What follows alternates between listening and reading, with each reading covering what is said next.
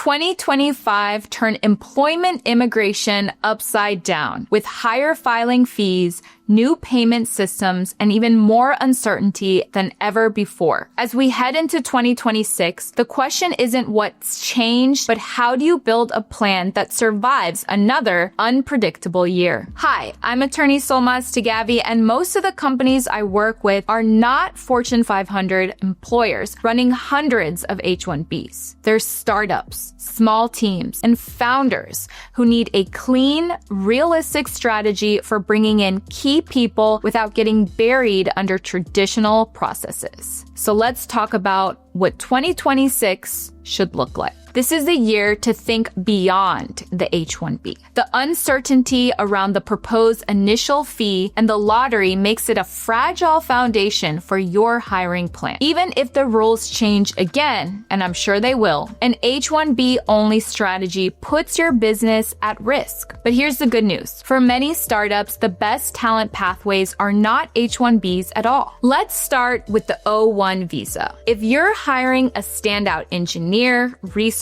or product leader, or if you're a founder with real traction, the O1 can be faster, flexible, and far more aligned with the reality of startup life. The standard: extraordinary ability. Press releases, funding, technical contributions, specialized expertise, or meaning leadership is how you can prove it. It's not celebrity level accolades. 2. The L1 visa. If your startup has a non-US entity or a co-founder building abroad, the L1 visa is for executives, managers, or people with specialized knowledge. It's one of the most overlooked tools for global teams, and it creates a direct pathway to an EB1C, which is a green card when you plan ahead. Then there's the E2 treaty. If you or your co-founder are from a treaty country, the E2 can support investors and essential employees without the slow, rigid structure of other visas. With the right corporate setup and funding documentation, this can be a powerful option for early stage companies that need a little bit of flexibility. For long-term stability, there are talent-based green card options like the EB1A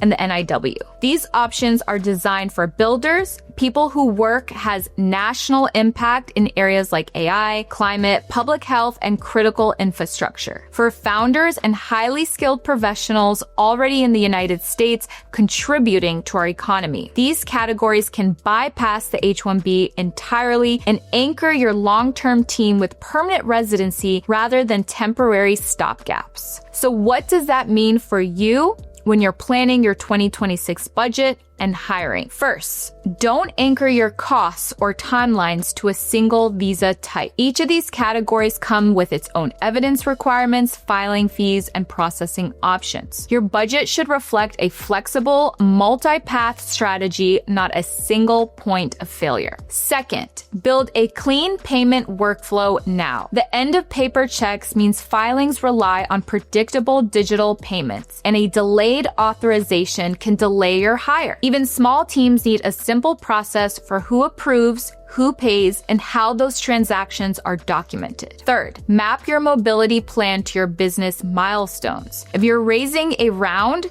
expanding a team abroad, bringing a co-founder to the US, or preparing for a product launch, your immigration strategy should move in parallel. It's not an afterthought. 2026 is not a year for reactive hiring. It's a year for founders and small teams to build an immigration strategy that is flexible, resilient, and aligned with the way startups actually operate. I'm attorney Soulmaz Taghavi, and my team helps founders and early-stage companies build visas and green card strategies that support their hiring, their product roadmap, and their long-term stability. If you want to build in 2026, build a plan that gives your company more options and fewer surprises. Reach out and we'll map the strongest path forward for your team and your innovation.